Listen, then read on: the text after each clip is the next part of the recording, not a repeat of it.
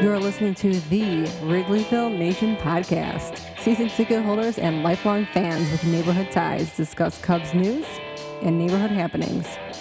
Here's your hosts, Jeremy and Pat.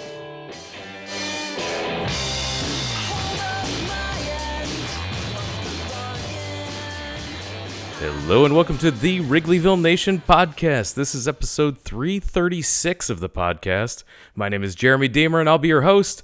And I'm joined as always by my co-host. He's my cousin and he's high atop Wrigleyville tonight. How's it going, Pat? Jeremy, it is a balmy opening day, like 42 degrees here in Wrigleyville.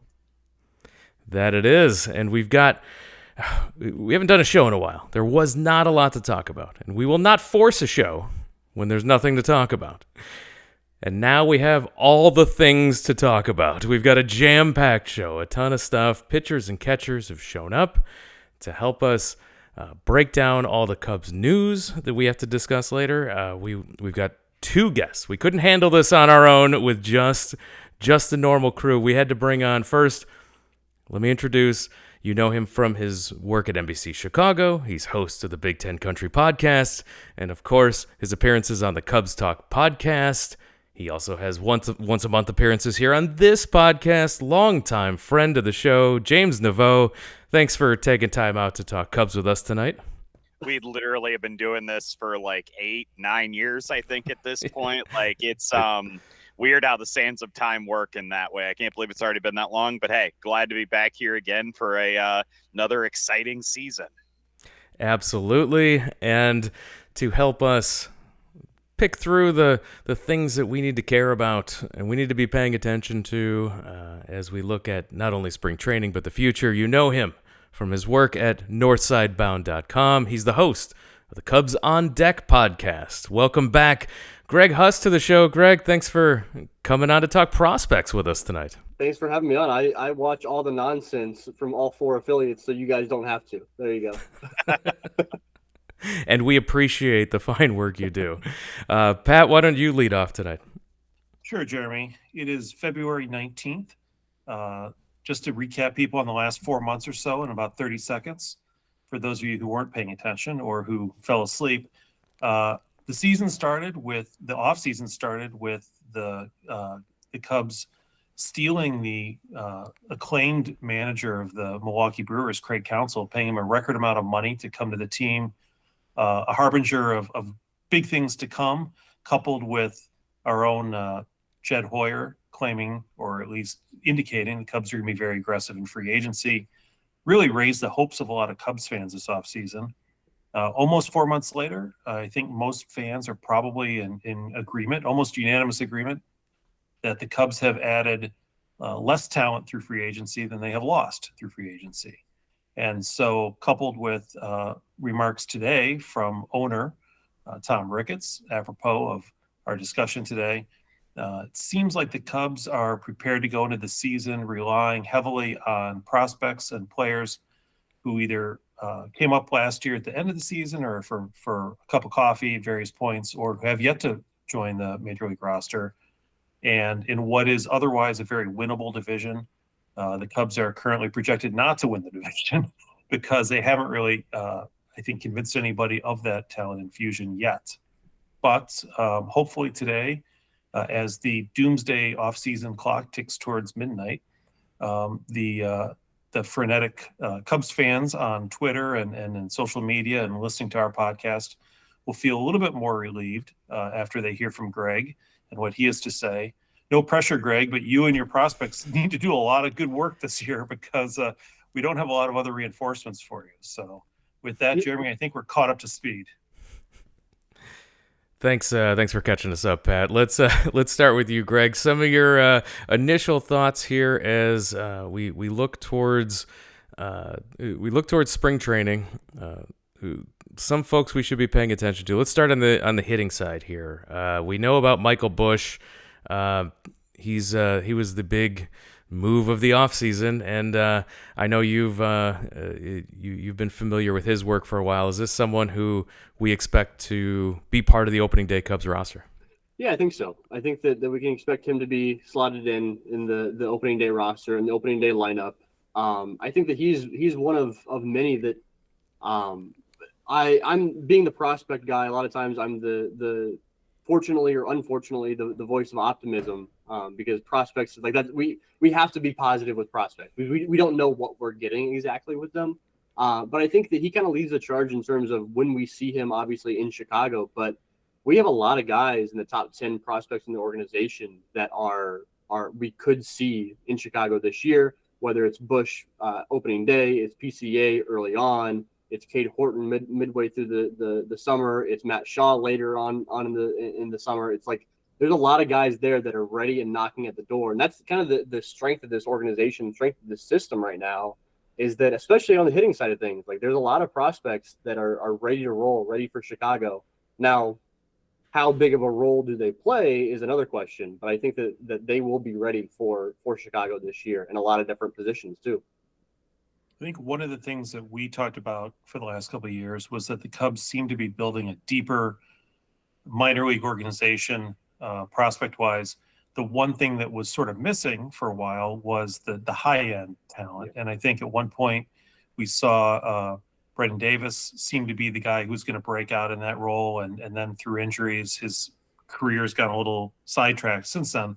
But all of a sudden, in the last, I'd say, 16 months or so, we've seen now quite a few other players kind of come up, and even I think reflected in a lot of the national podcasts, the prospect lists, often on podcasts being discussed.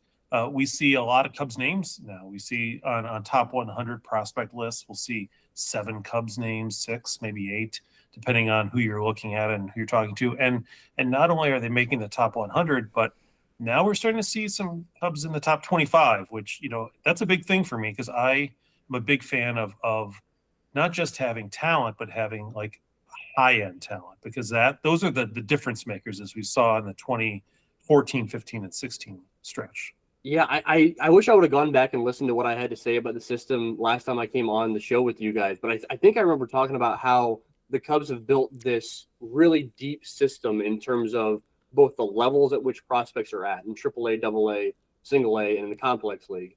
But then also that there's just a whole bunch of guys that are like not quite top 100 guys. If I remember right, this was a couple of years back. It's like there's a whole bunch of dudes. They're not quite there yet, but like they're good, I promise. And the bright side about the positive outlook on building an organization that way, building a system that way, is that some of these guys will break out in a big way.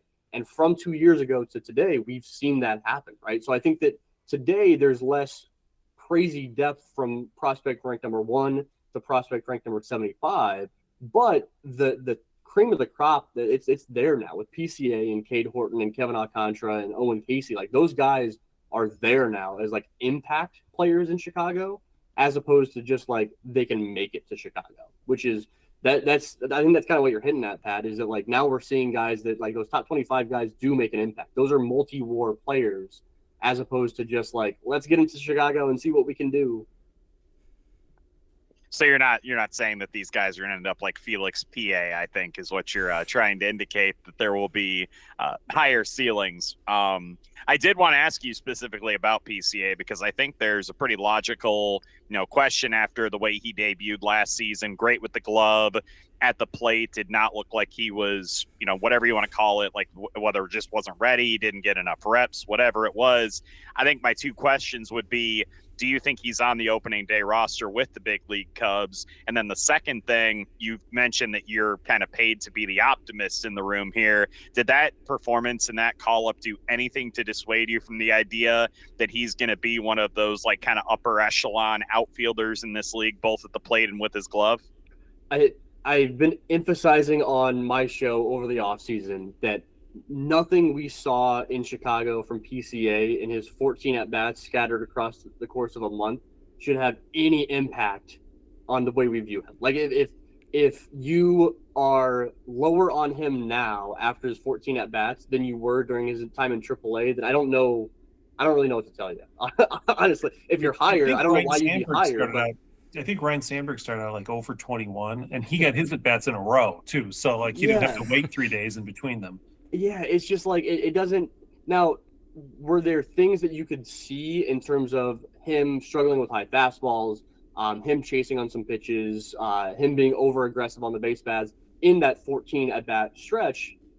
Yeah, those things were happening, but those things were also happening in AAA. Like he was also struggling with high fastballs in AAA. I'm worried about him with changeups from righties out of the zone. I'm worried about that a little bit. The aggressive base running is a thing that he had. Like that's been him all throughout the system. That's been him entirely throughout his pro career. And so like if that scared you off in AAA, like fine. Like I'm not going to argue that like you shouldn't be scared by that.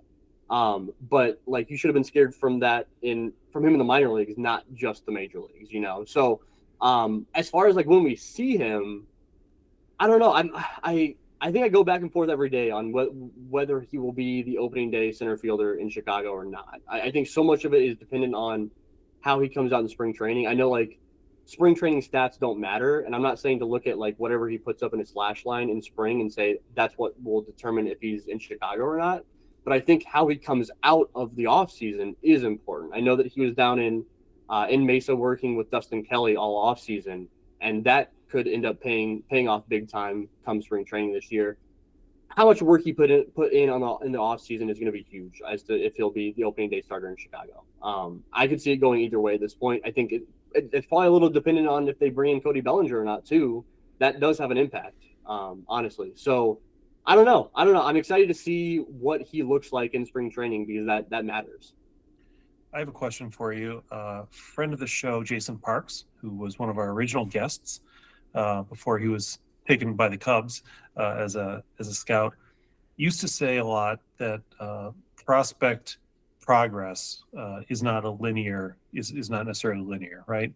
Maybe for Chris Bryant, but for nobody else, right? For most people, there are ebbs and flows and there are struggles. And we saw that, first Anthony Rizzo when he was with San Diego and then came to the Cubs. Even with the Cubs, we saw that with him in one of his seasons. We saw that certainly with people like Javier Baez and Kyle Schwarber and Ian Happ, guys who were up and down in the minors, Almora. It's really fairly common. So with so many prospects who could come up this year with the Cubs, who do you think has the highest likelihood of basically sticking and working through whatever issues they have at the major league level without having to go back to the minors to deal with issues like, for example, if you get overwhelmed and you just clearly aren't ready? Who's going to come up and maybe lead the Cubs in plate appearances among this group? Among the hitters, I think that I think I'll look at. I think Pete Crow Armstrong is the answer here because of that floor that he has as a defensive player. I think that he has, it's hard to say in terms of the mindset certain players have, but I think that he might have the mindset where it's like, even if he's struggling, he realizes the value that he brings defensively and on the base paths. And so if he can continue to work through things at the major league level, even if he's struggling, I think that's going to be huge. And so with a guy like Kyle Schwarber or even Ian Happ, when he was the kind of utility man that he was when he first came up, like you couldn't really afford to have them struggle offensively and still get value, you know. PCA, he can struggle with the bat and still bring value. So I think there's a higher likelihood that he sticks around. Honestly, like if I can kind of pivot just a little bit for this question over a couple of pitchers, because if you were to open this up to all players, all prospects, I think both of my top two answers would be pitchers for this question. I think that one is kind of cheating. It's Jordan Wicks, who we've already seen at the major league level. Like he is a Major League Baseball player. In college, he was a Major League Baseball player. When he was probably 12 years old, he was a Major League Baseball player in terms of mindset, right? Like he's going to go out there and like just win. He's just going to go out there and win. He doesn't need a reset down in AAA, does Jordan Wicks. So I think that would be my by far answer. And then my second answer is probably Cade Horton, because for all those qualities that Jordan Wicks has mentally, how you describe him, Cade Horton's the same exact way, just that bulldog on the mound. Plus Cade Horton has really good stuff, so that helps him pretty significantly. But I know we're talking about hitters here, but I think my two main answers to that question are two pitchers. Do you think that Michael Busch is one of the more polished prospects right now at this point? I mean, he has been in the majors and he has struggled at times. Well, at the one time, I guess. But is he somebody you think will come up and is kind of at his point where he's ready now? Yeah, I think that's a good point. Actually, that's probably a really good answer in terms of. I mean, he's older. He's been there, done that in the lower or in the minor leagues. He's been up to the major leagues already. Yeah, I think that's a really good call with Michael Busch. I struggle with the value of Michael Busch. I think that he is better than Matt Mervis, right? I would rank him higher than Matt Mervis. He's performed significantly better than Matt Mervis. He's done it over a longer course of time as Matt Mervis, but they're still he's still a first baseman. I mean, they might try to get some value out of him at third base, but you're a first baseman, you have to hit, and you can't just be an above average bat. You have to be a 120 or more WRC plus type guy. Not on the Cubs, though, luckily. yeah. Unless you got a corner of Michael Busch and Nick Madrigal, then you can do whatever you want. Yeah, I don't know. It's why I struggle ranking first base prospects. I've been the low guy ranking Matt Mervis for the past few years. I've been the low guy on a guy like Hayden McGeary, who's down in AA, who's a first base prospect. It's just first base prospects, you have to hit at a crazy high level in order to have any type of value in the major leagues. Did Mervis's struggles last year surprise you? No, I don't think any. It's interesting because a lot of his batted ball data was actually pretty decent. The batted ball was way better than the results were, and if you look at all the expected stats, they actually weren't too bad. So probably just not a long enough time to get his feet under him at the major league level. I think that a lot of his holes in his swing, we were talking a little bit before we started recording here, that at the major league level, those holes that you have in your swing get exposed hard. And I think that happened immediately for Matt Mervis, which is interesting because a lot of times guys come up, pitchers get a feel for him. During that time, hitters absolutely rake at the plate. And then pitchers kind of figure them out a little bit, expose those holes, and then they come back down to earth. But Matt Mervis is more immediately. So I was surprised at the overall numbers. I wasn't shocked at the batted ball numbers. I don't know. It's just such an interesting scenario with Matt Mervis. And it's been pretty clear to me that the Cubs don't really value Matt Mervis all that much, honestly. Especially with the news today of signing free agent first baseman Dom Smith to a minor league contract as well. We'll talk about that in a little more detail with some of the other signings on the back half of this episode. But James, do you have any more hitter thoughts before we pivot over to talk about pitching?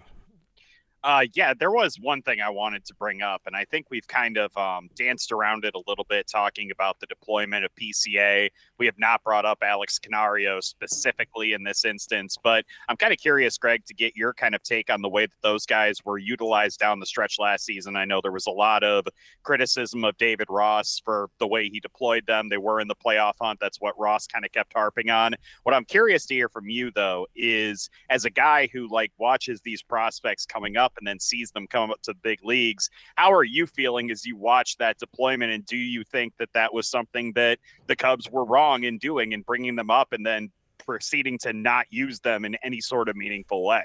James, I got some thoughts on this. I think I actually have two completely opposite thoughts about those two guys. PCA, I actually think that he was utilized for the most part, the way he should have been utilized. He was not fully ready for the major leagues in terms of his bat. I did not want him to come up and start playing every single day and helping the Cubs to the playoff push in that way. We had talked about this on our podcast since basically opening day last year, that it was if PCA gets the call, it will be, or it should be, as a defensive replacement, him working as a pinch hitter and being used in ideal matchups at the plate.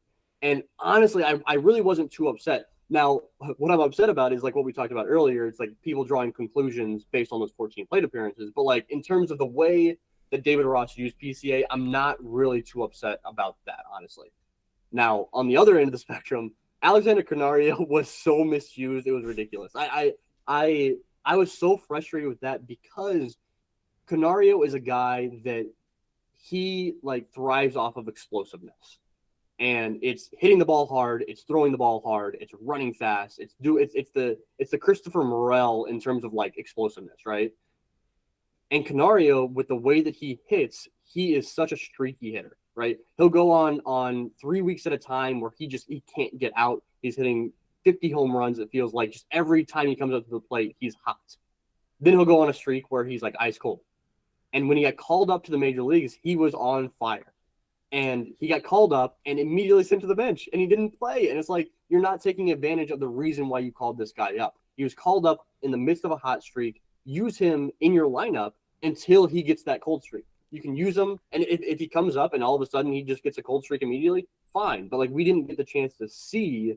No, when he did get in there, he had results. Exactly. And you could see he's still on a hot streak. Yes, Go sit down. So I think that was much more frustrating. Morel and with Canario and others, guys who go play really hot, cold like that. But when they are hot, you gotta play them. Yeah, it's so important, and I'm really excited to see how Craig Counsell kind of deploys his players this year. I know there's been a lot of talk about how he'll use the bullpen, but I'm equally as excited to see how he kind of integrates prospects in the mix with veterans and how he kind of does that, because I think he's done a great job of that during his time in Milwaukee, and I think that doesn't get mentioned nearly as much as the bullpen part of this. I love the fact that I was able to just put a ball on a tee and just watch Greg wail away at it. That's exactly what I wanted to happen. Professional podcaster James Neveau over here. I love it.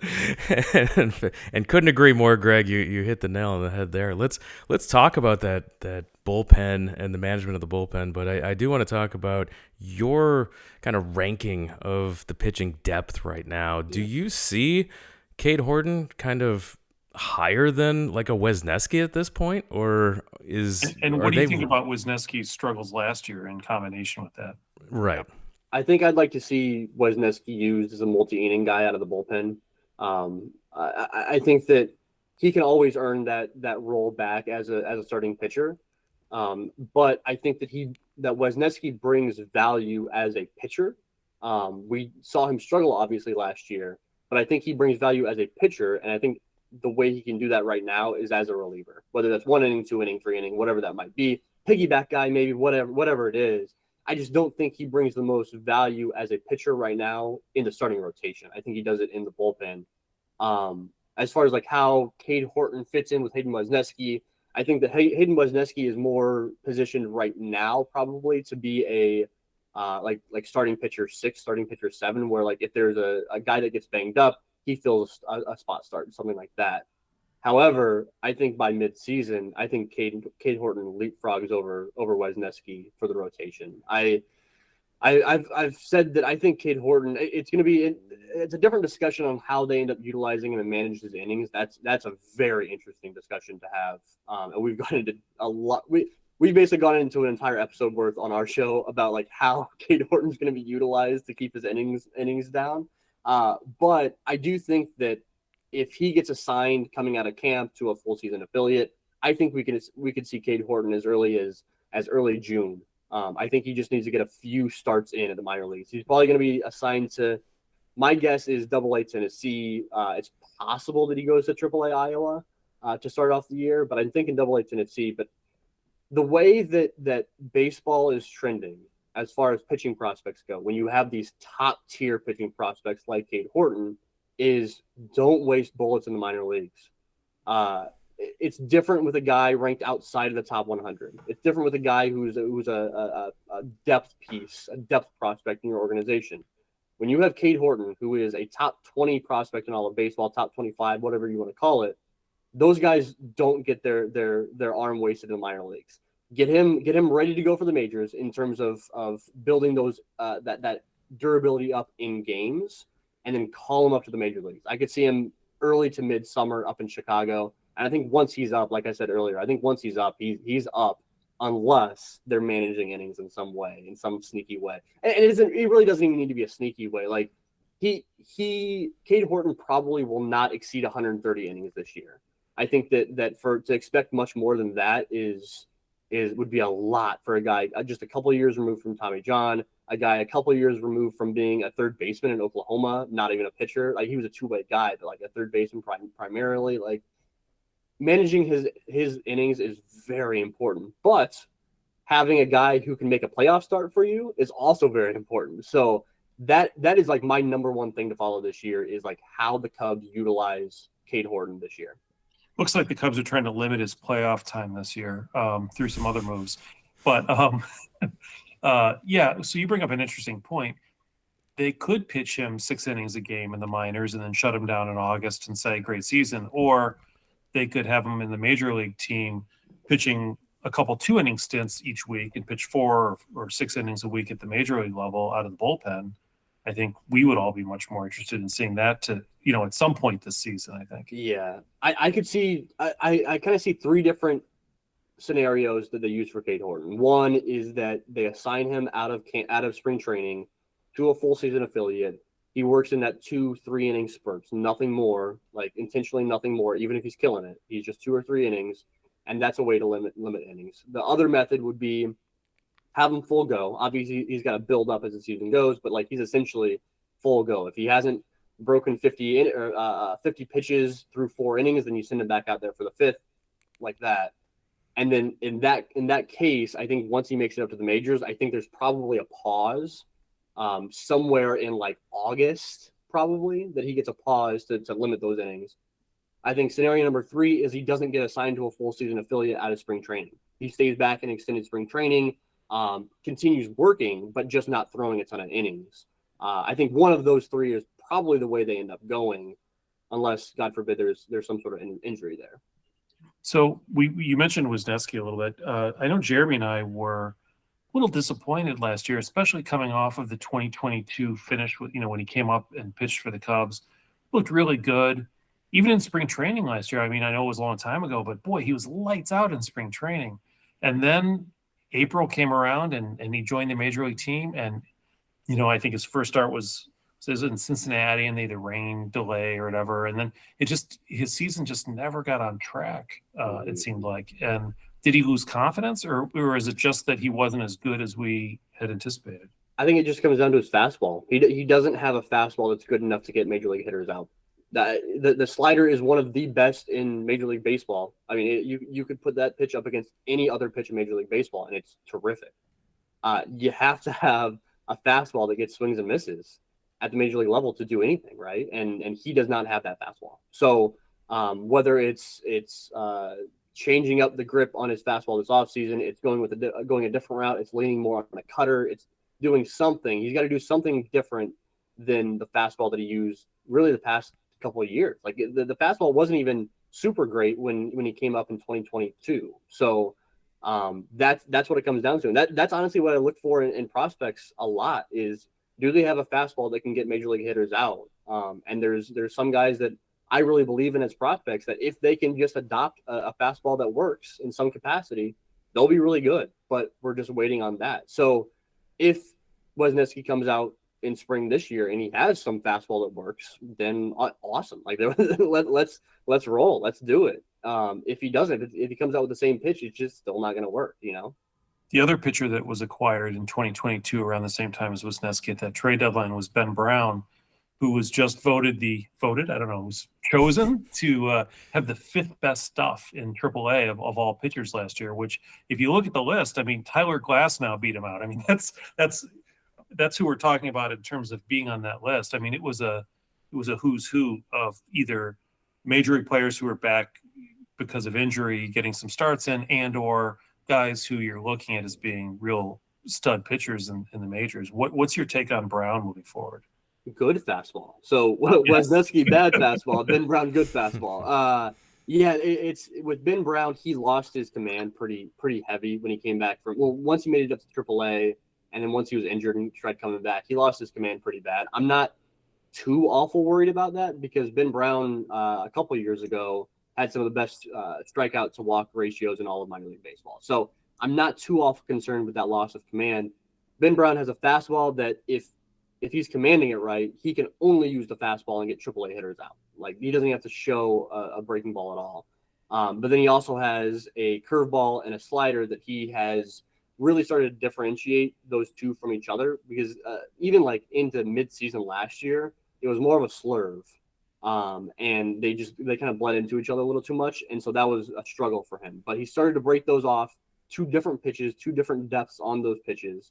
And that's worked really, really well. So I think that we're going to have to see if the command that he had at the end of 2023 is legit, or like it was bad. It continues to be bad, or if it flips back around and reverts back to the 2022 version of him, which was really, really good. So I think at the very least he can be a really good reliever with that fastball, curveball, slider. I literally was going to ask you that because of the issues the Cubs had in terms of the depth of their bullpen last year and how much it got gassed at the end of the season. And you mentioned Cade Horton potentially coming up, grabbing a spot in the rotation for at least a portion of the season. And all I could think of was, man, to have a guy like Ben Brown to be able to come in with that fastball, like it just seems like a tailor-made opportunity to get his feet wet at the major league level and to put him in an area where the Cubs may very well need him based on the way they kind of limped to the finish last season. So I wanted to ask you if you thought that was his most likely avenue into the big leagues in 2024. Ben Brown feels awfully Justin Steele to me in terms of like how he'll be used, right? I Better think that than Killian E. Yeah, exactly. I think that Brown, when he comes up, I think will likely be used as a reliever, and then he might thrive in that situation, and then the Cubs might then convert him back to be a starting pitcher at some point, probably in 2025 or so. That's the feeling I get from Ben Brown, and I think it could be a good look for him. Like I don't know if he won't be as successful as Justin. He won't be a Cy Young candidate like Steele was, obviously, but like that same path, you know. We're making a note that Greg Huss is not high on Ben Brown. He does not think that he has Justin Steele ceiling. If he gets Cy Young votes, then I'll happily be incorrect. But you did indicate that if the Cubs were to start him in the Crosstown Classic, he would basically throw a no-hitter against AAA competition. That's a good point, actually. Yeah, that's a really good point. He can just throw the fastball at the White Sox and be perfectly fine. Yeah. Any final questions for Greg before we let him go and continue to talk some Cubs news here? Anyone else want to hit up Greg for one last question before we wrap it? I mean, I definitely have one. I wanted to ask you about Moises Ballesteros. Tell me all the good things about that dude. Perfect. Because that's a guy that I see hitting the cage and stuff, and I'm just like, whew, that's a guy that I just have an inordinate amount of excitement for, and I have no idea if anybody else kind of shares that. But every time I see him, I'm like, man, I really feel like they could have something there. Yeah, he is a hitter in every sense of the word. Like he is the bat to ball skills are very good with Moises Ballesteros. The plate discipline and vision is also very good, and the power has really started to come around too. Like he is probably the most complete. I mean, lower level, right? He just made it up to AA last year, but in terms of prospect status, probably the most complete hitter that the Cubs have in the organization. Between the bat to ball, the power, and the plate discipline skills, and it's the swing is arguably the prettiest swing in the entire system too. Like it's a pretty swing from the left side. I think that this year it's gonna be really interesting to see how he worked this offseason on trying to pull the ball even more. He started to do it a little bit more. Like when he was down in Low A Myrtle Beach, he was playing pepper with that left center gap, and he was so good at it. And that's what made him a fun hitter to watch. But I think that because his bat to ball skills are so well, I think that he can transition well into getting that pull side power even more and being a true 25 home run a year type guy. So that's going to be interesting for him this year. He's only 20 years old, right? He's only 20 years old now. He'll be in AA Tennessee to start off the year. It's going to be really important. For Ballesteros, it's going to be so important to see can he stick behind the plate? I don't think it's completely out of the question, but it's just so important because if Ballesteros can stick behind, if he is a catcher, that's a top 30 prospect in all of baseball, easy. Mm-hmm. If he's a first baseman, which I don't think he is, then that's a borderline top 100 prospect in baseball. If he's a DH only, then he's not really sniffing the top 100 prospects in baseball to me because it just all comes down to his bat. You know what I mean? So that him catching is just so important. Especially with Jan Gomes about ready to apply for Social Security retirement. Exactly. Yeah. So I don't know, man. It's going to be interesting. He came to camp looking a whole lot better, in better shape. I know Rich Biesterfeld grabbed some pictures of him down there in Mesa, and he looked in better shape. So I don't know. That's going to be important. Really, I don't see him as a first baseman either. I mean, I think he's listed at 5'7". maybe he's 5 foot. He's a short guy. he's a short king. So I don't really see him as being a first baseman. I think it's more likely he catches than plays first base. I think the highest likelihood is he's a DH. So just enjoy the bat because it's fun, man. It's so much fun. Last question for me, really quick. Will Matt Shaw be the starting third baseman for the Cubs before the All-Star game or after the All-Star game? After. I think that if I was to place a bet on whether he makes the majors this year or not, I would probably say not. I think there's absolutely a chance that he does. Because he's blocked by Madrigal and Wisdom, or because Madrigal's too good. Because Madrigal's too good. They're signing Matt Chapman, you fool. Like, I don't understand what or because they just drafted him last year and he's still a kid and he's learning his way through the.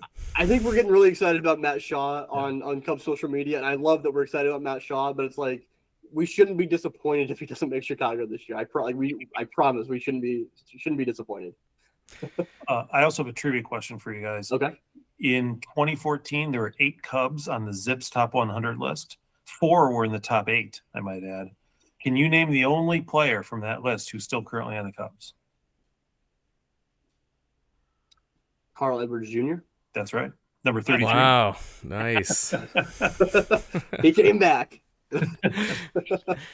Well, always a pleasure, Greg. We've got now we've got a list of names. These are the folks that we want to pay attention to as we're watching spring training highlights. We're watching the games, and we're following you on social media. Remind all of our listeners how they should be following you on social media and find all your work on the internet.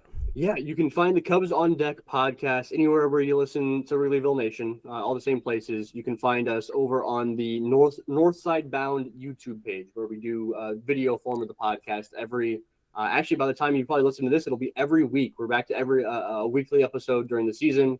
We're coming out pretty soon with our previews. I'll be hosting that with all the broadcasters of the minor league affiliates. We'll be doing previews of the season.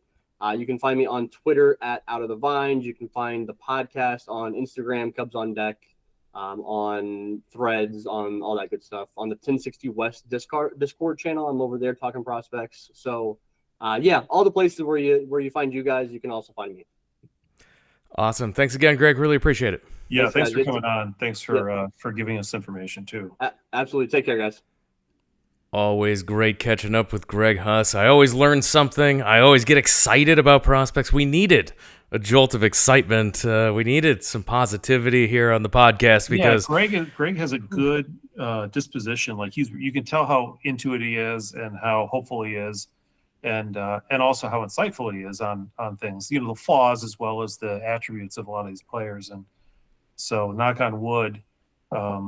Some of these guys are going to come up and do something this year because there'll be plenty of opportunities, it looks like. Yeah, there's no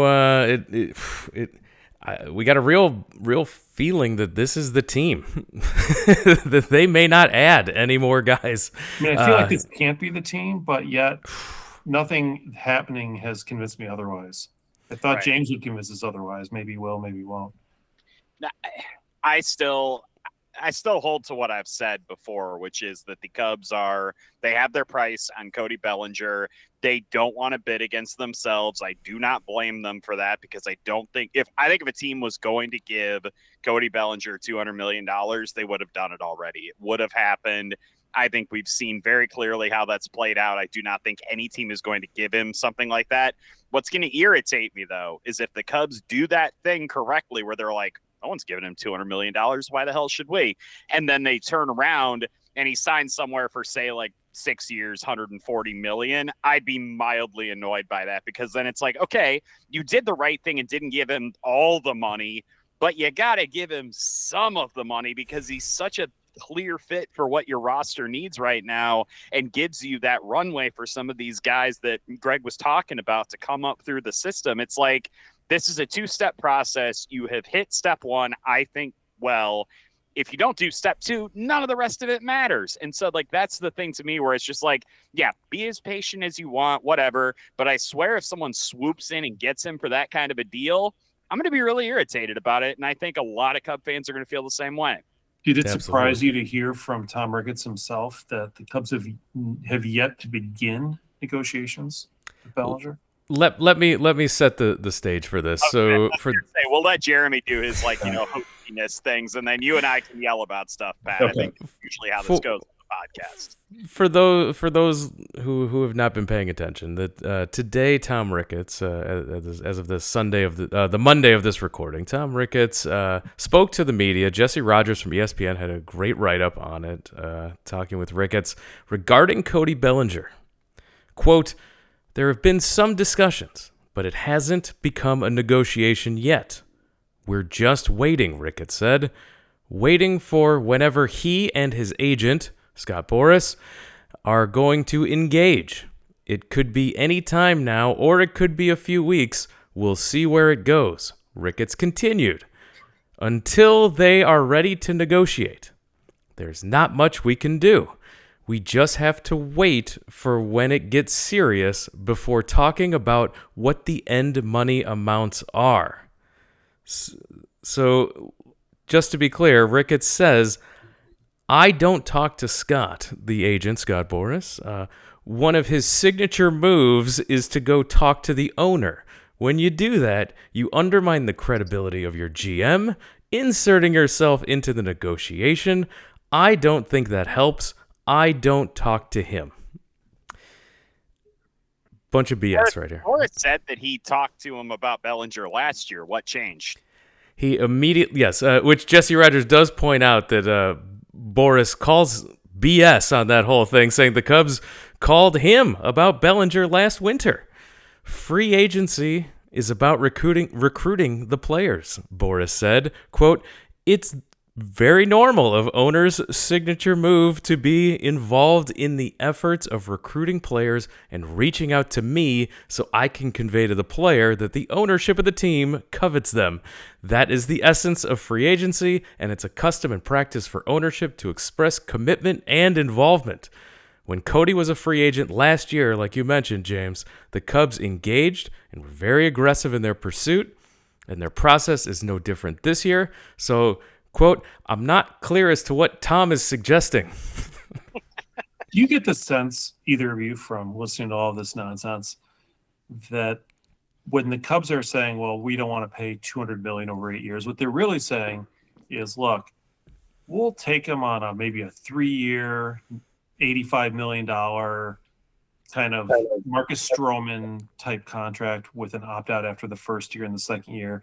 Like, we need a bridge. We obviously don't have the talent now to be where we need to be. We don't have any left-handed power to speak of, but we really don't want him for that long. So, we'll give you a max of 3, but if you would leave after 1 or leave after 2, you'd be doing us a favor, and we'll just give you more dollars up front since we're $32 million under the luxury tax threshold. Is that where we're at, or are the Cubs really going to bicker about, well, no, we want 7 years and $168 million? I mean, what's going on here? Jeremy, I'll let you field that one first if you want to, man. No, take it, James. Go for it. I think that the cost of playing ball on this is going to end up being a 5 or a 6 year deal. And I think that if you're holding out for a 3-year deal, you are going to ultimately be sad, I think, with the way that outcome is going to work. But are they going to be sad? I feel like that's what they're going to do. And then at the end, they'll say, well, we offered them like $30 million a year for a number of years, 3. So they're going to White Sox him? Is that what you're talking about? They're going to Anthony Rizzo him, and they're going to be like, we tried. This is a market value contract. But how have all those deals worked out for those teams after they've left the Cubs, though? Like, the Cubs have a decent batting average of not signing those long-term deals and having them blow up in their face with the guys that they've had in their in-house, basically. Now that's, been different when they've brought guys in from the outside, like your Jason Haywards and what have you. But you look at what Javier Baez has done, completely falling apart in Detroit. Anthony Rizzo has been solid as long as he's playing at Yankee Stadium and as long as he's healthy, which are both very big question marks.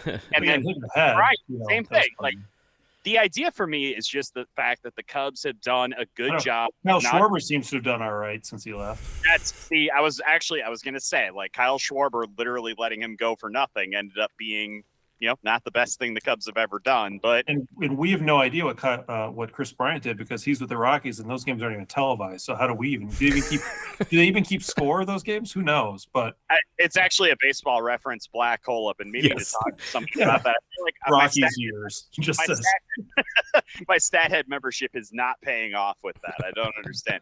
But I think ultimately what I would say is I understand the Cubs not wanting to go with the big $200 million deal, but I don't think 3 with an opt out after 1 gets it done. I feel like you can include the opt outs as kind of icing on the cake type of thing on a 5 or a 6 year deal. You're not going to give him 8. I don't think that's going to happen. I think that's what Boris and Bellinger wanted, but 5 or 6, I still think is ultimately going to end up being the price of doing business if you want to bring him in. That's if somebody else out there who will give him 5 or 6, right? So how old is he? 28 now? 29? 28. Yeah, 28. So he's young. He's younger than all the players we've just mentioned, except for Schwarber, basically, who was pretty good afterwards. But, when you look around at the league,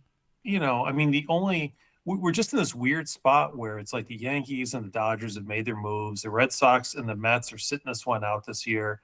So you start looking at the Giants and the Blue Jays and the Phillies for Giants, free agents in general. And some of those teams are looking for pitching, not for hitting, and they have outfielders and they don't feel the need for another bat. And so I think it seems like just the lack of urgency on the Cubs, I think it really is sort of a Russian roulette. It's look, you know what? If you don't come here, you won't come here. But if you are going to come here, it's going to be on our terms, and it's going to be the kind of deal where if you're Boros, you can probably go to Bellinger and say, look, you got to prove it 1 more year, and then next year we'll go back out. It's a different market next year. We'll have more teams out there, and we won't have the Ohtani thing to deal with, and which froze everything for a while. And we'll get you the deal that you're entitled to, versus going a 5-year deal with somebody for $24 million a year. Maybe they think they can do better than that. And let's be honest too, as much as we like Bellinger, he did have the stretch where he had a couple different injuries, the hip, the shoulder. He was pretty bad during part of that stretch, post MVP. So he's really had a kind of an interesting career path. It's been very roller coaster. Maybe having a second back-to-back year where he shows success will really allow him to cash in. I'm thinking from his perspective right now more than the Cubs aren't thinking like this, but from his perspective and Boros, maybe they're thinking, if we can get just a lot of money this year with the guarantee of a lot of money the next 2 years if you do suck. But if you don't, we can definitely, at age 29, go out there and get a longer term deal for more money than we're going to get right now in this peculiar market. Maybe they bite for something like that. I don't know. And I think that maybe what the Cubs thinking is perhaps, which is we're not going to get pressured into signing him on a longer term deal. And we don't want him for more than a couple of years. We need him this year, and that's about it. But we take him for a couple more years if that's what it would take to get him for this year. And maybe they're looking at that calculus and saying, well, what else are you going to do? So would you be upset then if the Cubs did I think it was the Carlos Correa deal? It was 3 years, $105 million, had the opt out. I think. Would you be mad if someone else gave that to Cody Bellinger and the Cubs were like, nah, it's too rich for our blood? I feel like absolutely. Because that to me is the ultimate risk mitigation that Hoyer and Ricketts are so worried about. No more Jason Hayward contracts, right? A shorter term deal like with Stroman where it's high money, but they absolutely need his talent now because this is a winnable division now. And as my mentor, Theo Epstein, once told me, every season is precious in baseball, and you can't afford to just punt them away like we did in 2021, 2022, and 2023. So you need to go for it. You've got a weak division. You don't know how much longer it'll be weak. And we can talk about, I meant to mention that with Greg, but a lot of the teams in our own division have good farm systems. Some are ranked higher than ours, depending on what site you look at. And the Brewers have some stud players coming out. The Cardinals have some really good young players. So do the Pirates and so do the Reds. So it's not a foregone conclusion that the Cubs are just going to overwhelm the division with youth, right? Everybody's got youth in this division. They're small market teams. That's all they have, right? So I think that this is a winnable division this year, right now, the way things are lined up, but they need someone to do, if not what Bellinger did last year, close enough to it, and I don't even buy the whole he has to play center field or even first base for that matter. I mean, who knows what these other guys are going to do, but there's nothing that says he can't play right field and have PCA in center. If PCA is all world and has to start, that's a good problem. Suzuki can DH. God knows he's had his ups and downs in the field, right? Maybe Ian Happ can DH a little bit. And, Bellinger can play outfield. He doesn't have to be center field. He can play first base. He can do things that will give them some flexibility. But at this point, I don't see any way the Cubs waited this long just to sign him for a 7-year deal for $10 million less than what they were going to sign him for 4 months ago. Right? No, and you mentioned the division is winnable, and you lost your best offensive player and have not replaced him with anybody. And so that's bad when you also look at you lost a guy like Marcus Stroman, and you don't know if you've replaced him, if Imanaga is going to be enough to replace a Stroman. So you may be worse of a team right now than a team that didn't make the playoffs last year. And the Cubs have some real regression candidates too. I hate to say it, but Yan Gomes probably had a career, his best year in 7 years. The chance of him doing that at age 65 are not as high, and Justin Steele, every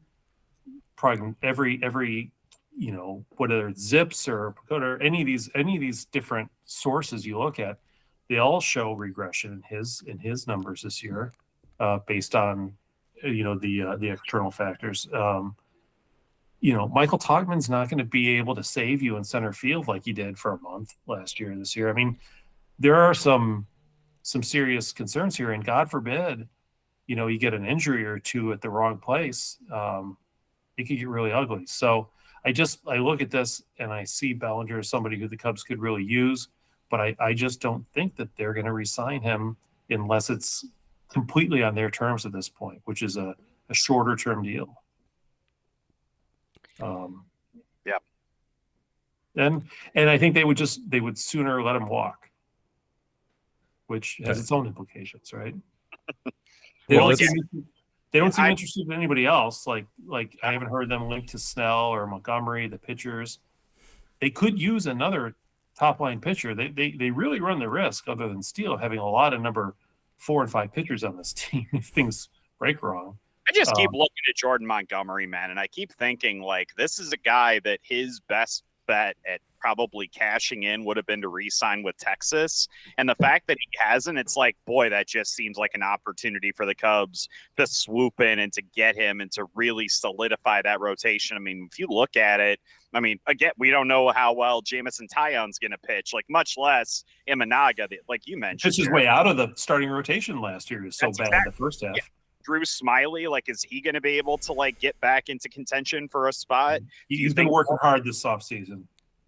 Well, so is everybody else. But I just except for Anthony Rendon, but yes. Yeah, well, he doesn't prioritize baseball, and frankly, I don't either. So whatever. I prioritize a lot of other things. Jeremy's making me jealous. I don't have a drink right now, but anyway,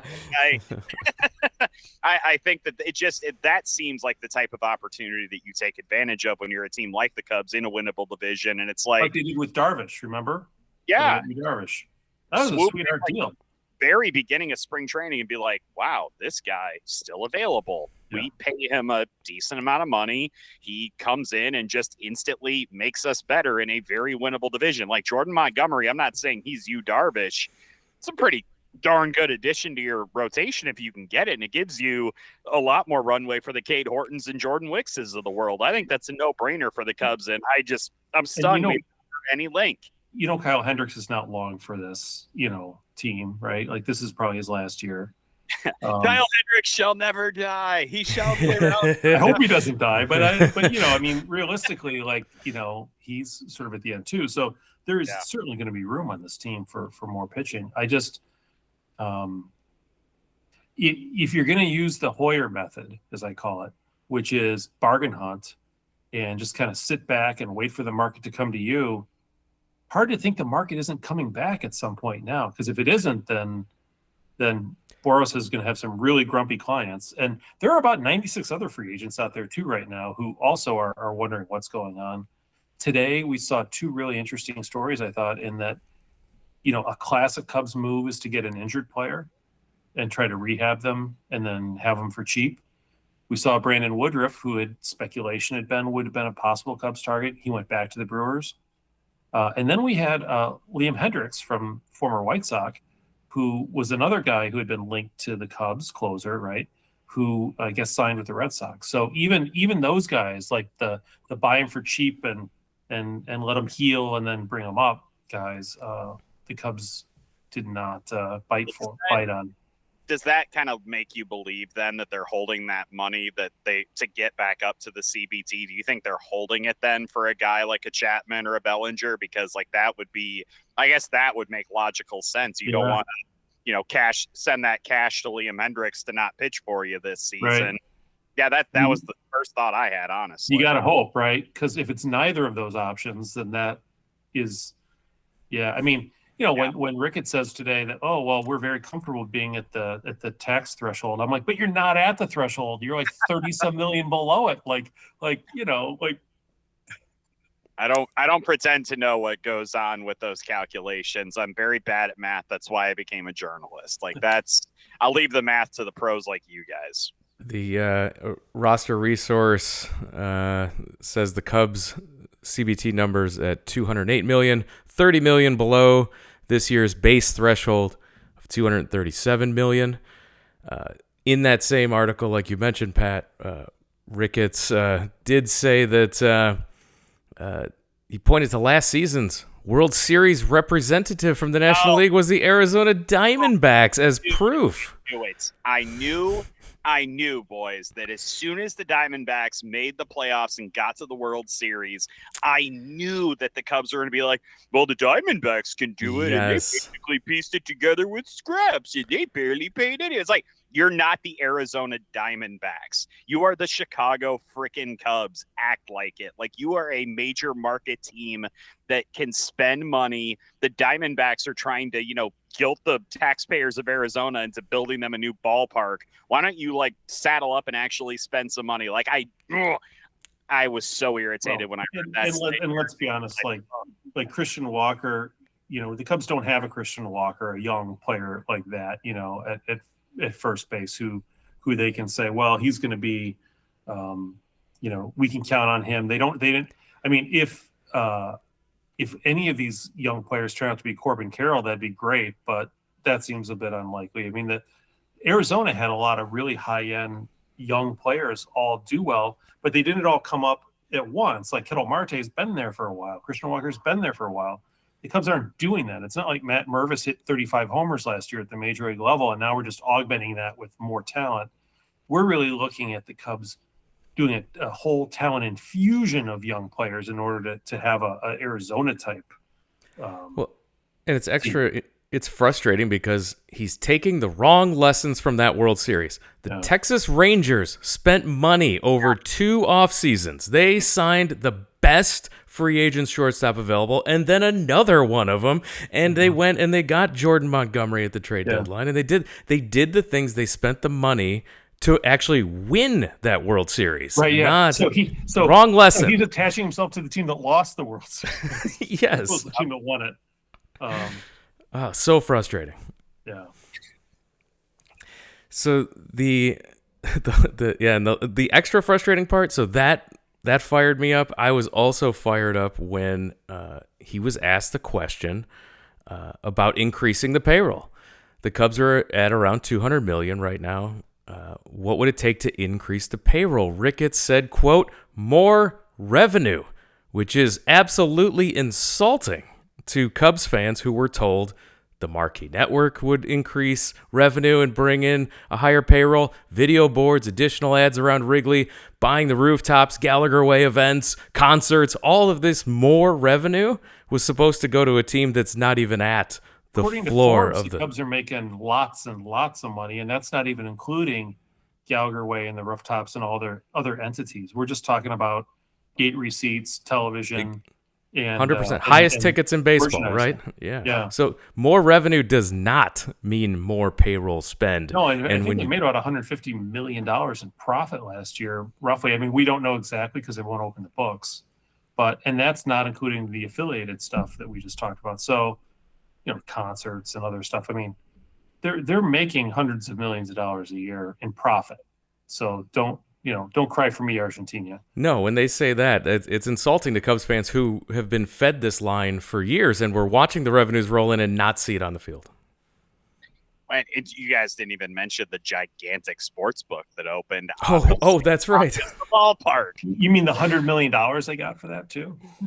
Just insane amount of money, like the biggest sports book in North America or whatever it is. Like, you're telling me that can't bankroll like a signing of a Matt Chapman? Like, I'm strongly doubting that.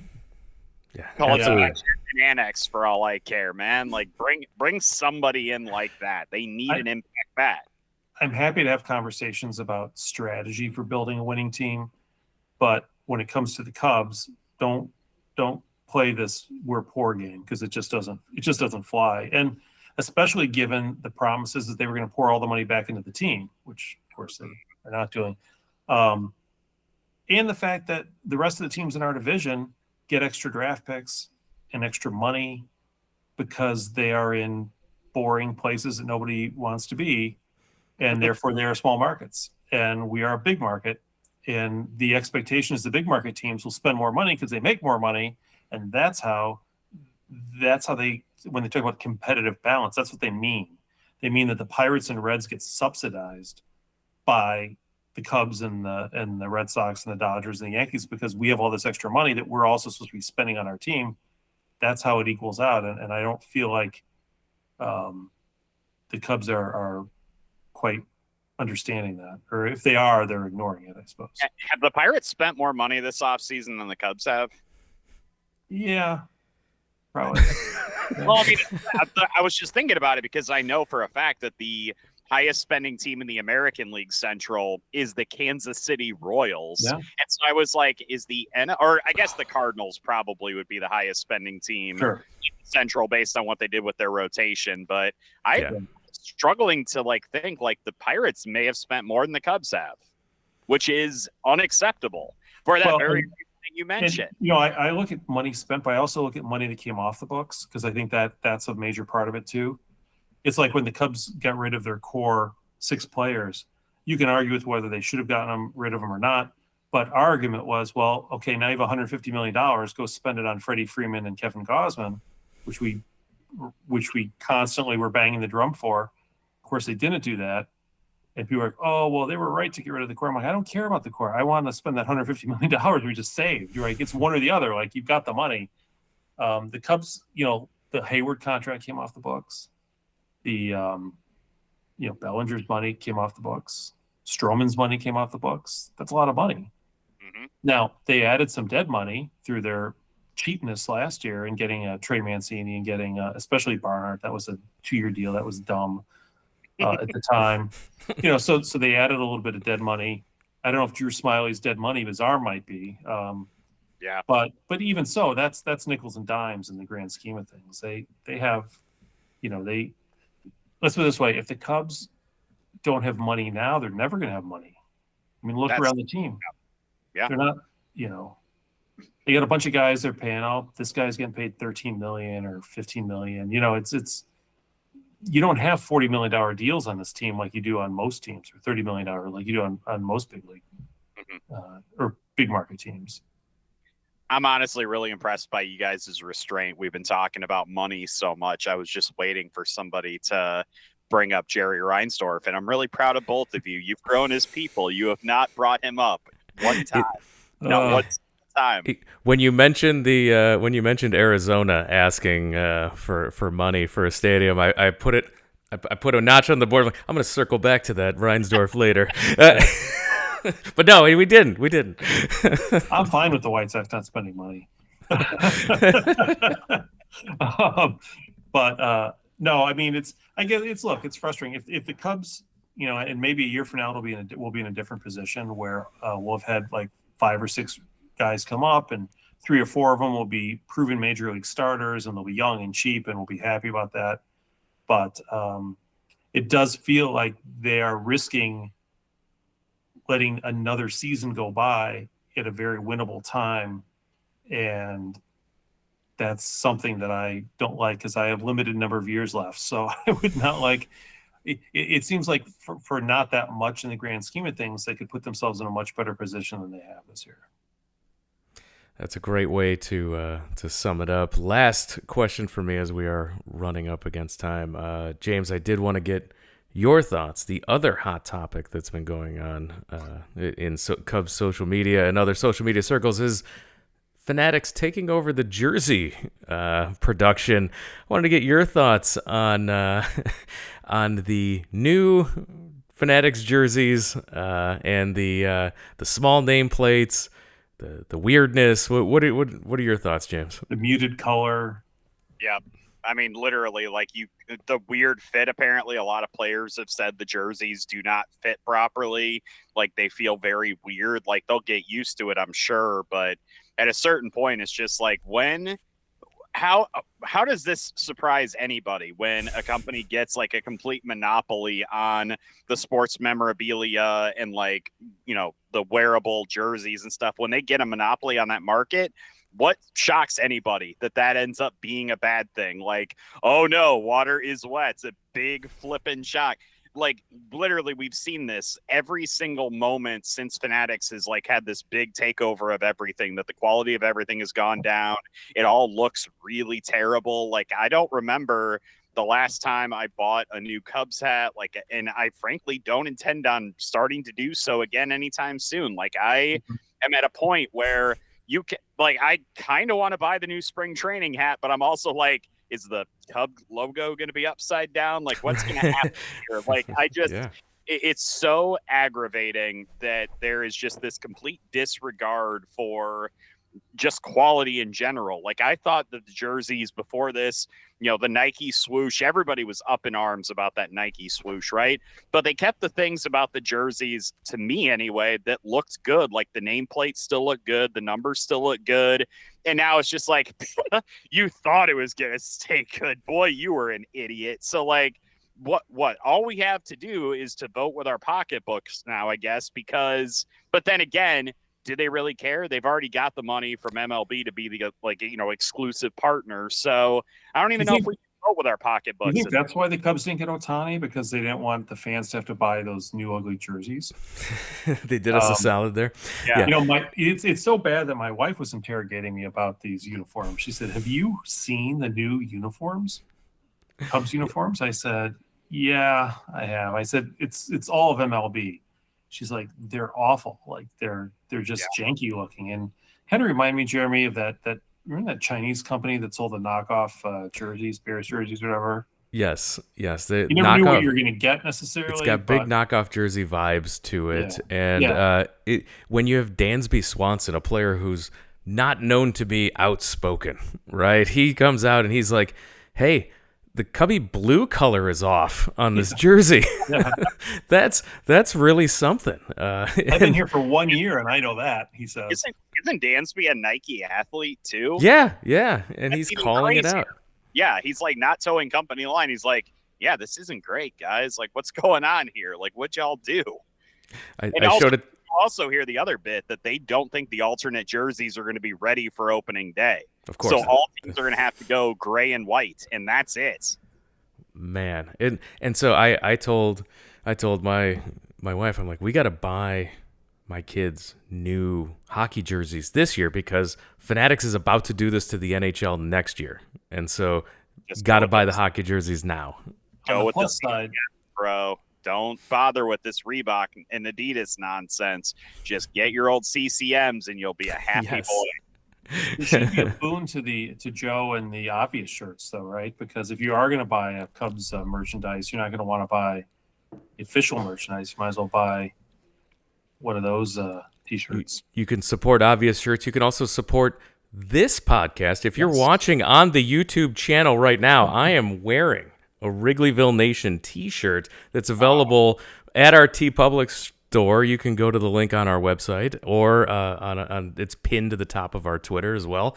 You can go there, get yourself a new logo, new refreshed logo design for this season, and go pick yourself up a t-shirt. Support our podcast. All the money goes right back into this show instead of a company like Fanatics. So definitely spend your money supporting us, or Obvious Shirts. We love Joe as well. So I will point out that I will need to update my Wrigleyville Nation shirt then, because I do not have the new one. I have the old one. So thank you for the heads up, and I will have to go to the site as soon as possible. The old one's still a classic, still available. It's I got a coffee mug with it on. It looks great still. Highly recommend supporting either logo. The classic, show you're a longtime listener, and you can get yourself an updated one. And while you're also checking out this shirt on the YouTube channel that I'm wearing right now, give us a subscribe and like on the YouTube channel. We're trying to build this up, video versions of the podcast as a companion to the audio version that you know and love and have been supporting for all 10 plus years. Please give us a like, subscribe. Helps us work the algorithm on YouTube so that other Cub fans can find the show. And with that, I think we're going to wrap it up and call it a podcast. Pat, any last questions or comments for James before we call it? I think we've hashed through most of the things. James, do you have any preseason, pre-spring training predictions for Cubs' final record while we have you? As of right now, As of right now, I have them at 81 and 81. I feel like I do agree with what you guys have said, that it appears that they have lost more than they've gained. I will say, however, that I do think like some of those prospects starting to come up and get more regular playing time. I get the sense at least one or two of them, hit pretty well, like just in terms of like their ability level. And I do think Craig Counsell's presence also kind of impacts things a little bit. I'm still not overly bullish, but I think 81 and 81 with what they have available right now, I think is probably a pretty fair assessment of what this offseason has meant for the Cubs.